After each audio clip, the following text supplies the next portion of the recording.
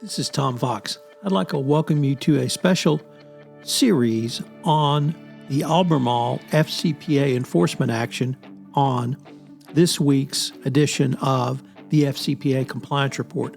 Over the next several episodes, we're going to explore the Albemarle FCPA resolution through a variety of lenses.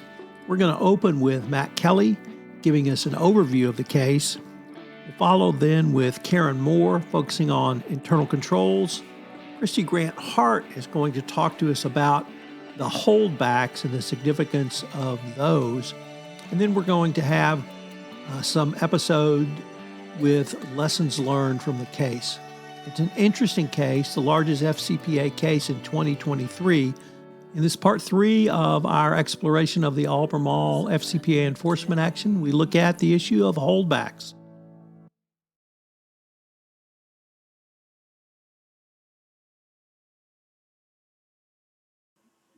Hello, everyone. This is Tom Fox, back for another episode of the Albemarle FCPA enforcement action. We're going to take a little bit of a deep dive into it. So we're going to move over to Christy Grant Hart. First of all, Christy, welcome on this episode. I wanted to maybe ask you to focus on, we've heard a lot about clawbacks, and certainly starting in January, we didn't have clawbacks in this case, but we had the broader category of consequence management. Can you tell us what happened and how that played out and what might be the lessons learned? This is the first thing that we've seen that happens since the March 2023 compensation incentives and clawback pilot program began.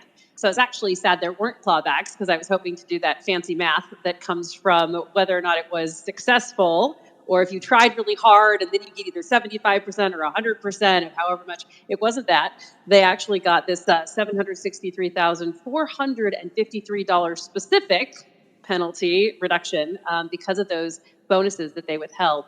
So they were withholding bonuses under two different circumstances, during the investigation, obviously, and afterward. And that was if the person involved, obviously, was an employee who may have been involved in misconduct, but also they were keeping them from anybody who had supervisory authority over those employees, or who knew or should have known or were willfully blind, one of my favorite phrases in the FCPA world, about the conduct or the misconduct, or should have known about it.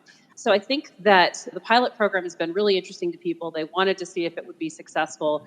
Some of the commentary that I read was talking about if it had been available to Goldman Sachs and doing the math about how much that might have changed things in terms of clawbacks. So I think that the lesson here from the DOJ is really that if you're in one of these investigations, you're going to get a lot of internal pressure to say not guilty until proven, when why are you withholding bonuses and this is ridiculous and on. But I think that this shows that the DOJ was impressed by that, and that it is something to definitely consider if you're having one of these big investigations, that it will get you credit and you should be doing it.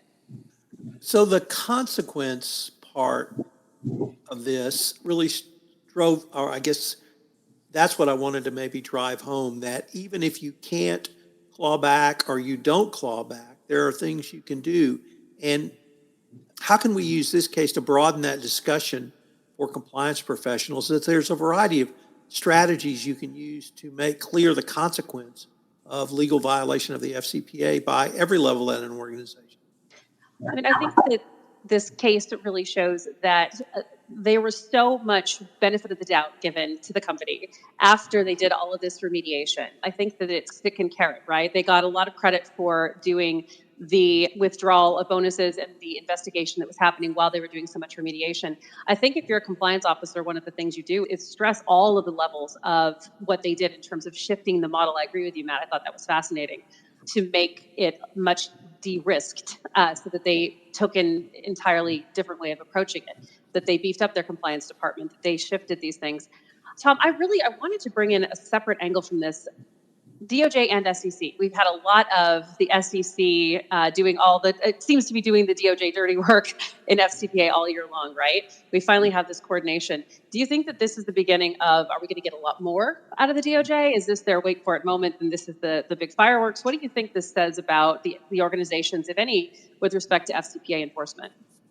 So Karen is going to talk to us about the SEC angle, so I'm actually going to ask to hold that question for her before we get to that.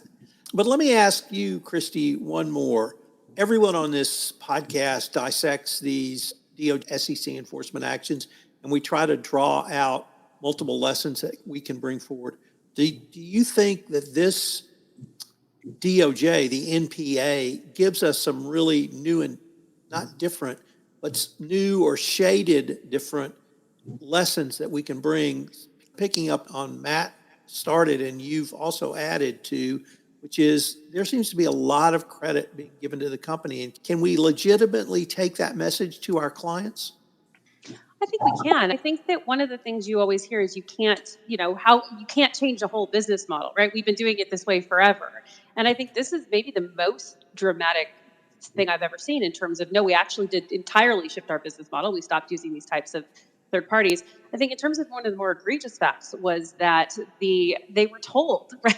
I think it was with Indonesia, that the third party said, hey, by the way, we're going to have to pay bribes in order to get this contract. You can't get much more specific than we're going to have to do this. And I think also we brought in the UAE and China, right? The SEC, I know, Karen, you're going to talk about this more, but China and the UAE were also part of this that weren't part of the DOJ's piece of it, which I thought was interesting in and of itself. And Karen, I'll be interested to see what you think about that. But I think that from a compliance perspective, they got so much credit that what you can do with this, it's quite a lengthy NPA, is to look at it and see, yes, you can shift the business models. Yes, we can beef up the compliance program. Yes, we can continue to withhold bonuses during investigations. That there are a number of things that you can use as a roadmap to be successful with these kind of investigations. And if you are not under these kind of investigations, saying, look, this is the big wallop at the end, why don't we do what they did to remediate to make sure that we never get in this kind of trouble, and that if we do, we're successful in the outcome. Karen, do you have a question for Christy? Yeah, I do, because I so much sign on to your dramatic shift in business model. I think it's really admirable that they hopped on that, and that's a pretty huge sea change for the organization.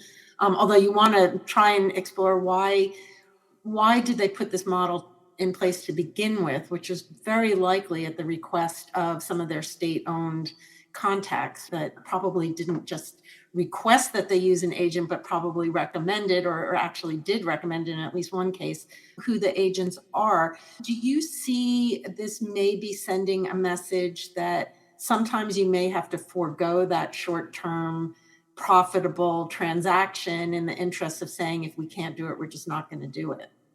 Absolutely. When you look at the way that the facts were put together, they knew that they had outlandish commissions. There was one where the person had been, I think, registered in China for 3 weeks or something like that. There was the switching out of one for another because they had such good relationships, air quotes, Jonathan, with the government official, right? So it was very clear what was happening. This wasn't hidden somewhere and nobody could find out about it. So I think, is there the potential for proper use of third-party intermediaries and sales agents in the world? Yes, of course, it's not an impossible model. But when you have one that is as corrupt and as obviously corrupt as this model, I think a sea change may be the only way to fix it, and maybe reintroducing it over time with a different model. But frankly, looking at the egregiousness of, we already know this is an outrageous commission. And of course, to Matt's point, when he talked about those internal audit findings, internal audit was blinking red lights. Hey, we see this is a problem. Everybody knows. But I think I was reading Michael Volkov's analysis of this, and I think one of the things he said that I thought was brilliant was, look, the board audit committee should have they should have these audit findings, right? The audit committee has the audit findings that say blinking red light, big problems, overly big commissions, things we can't control. And then at that point, the board has responsibility at some point here for not following up on those audit findings, or at least continuing to ask those questions. So I think maybe, Tom, one of your things, what do we do now? Following up on those audit recommendations and making sure that some of these things happen and are remediated from the highest level is really important. And that's definitely something we can learn here. Mr. Armstrong, do you have a question or comment for Christy? Yeah, I was just going to say to Karen and Christy's point, we often forget that the business that you obtain through bribery is often not that profitable. And there's a great case study on Siemens, for example, where they analyze the fact that obviously you're paying somebody a high commission. And then in a lot of bribery schemes, you don't get the business by bribing. You get details of the best bid. Mm-hmm. So you might have business that on its face isn't profitable, and then you're paying somebody 10% to get it. So sometimes it's not business sense as well as not ethical sense. Matt, do you have a question or comment? Two, I'll keep them brief. But on the changing of the business model, one thing that stood out to me is that is a substantial change for a large company. And I don't know this for a fact, but I can't envision a scenario where that didn't happen without the direct blessing of the CEO and the board. That's a really disruptive thing to do. If that is how it happened at Albemarle, that shows that, yes, the top is now invested in making structural changes to clean this up. But then that brings us right back to, Christy, you were talking about Mike Volkov. Wouldn't the board have been seeing these internal audit reports 6 years ago saying this is a dumpster fire, we need to fix it? Then they didn't fix it then, but they wind up having to fix it now. And so there's a certain dichotomy there that just underlines how messy this case was. And Tom, the other comment I wanted to make was, I think you had said, talking about the Justice Department giving credit out left and right, we have only seen half of this Justice Department equation, that they'll give out such generous terms to people who cooperate. In theory, we still have those bigger sticks. I'm still waiting for when we actually see a bigger stick get used, where a company does get prosecuted, does suffer an indictment and a guilty plea, something like that, where a lot of what we're talking about, such as being untimely in your self-disclosure, that's going to have some real consequence. And so far, I still don't see very much of that second half of what we're talking about. Bigger carrots and bigger sticks. I see the carrots, but I don't know that I see the sticks. Thank you for listening to this episode of a special podcast series from the FCPA Compliance Report on the Albemarle FCPA enforcement action. I hope you've enjoyed parts 1 and 2, and I hope you'll join us tomorrow for part 3, where I take a deep dive into some of the key lessons learned and how Albemarle was able to sustain a truly superior resolution in the face of some pretty damning facts. I hope you'll join me tomorrow for lessons learned on the Albemarle FCPA enforcement action.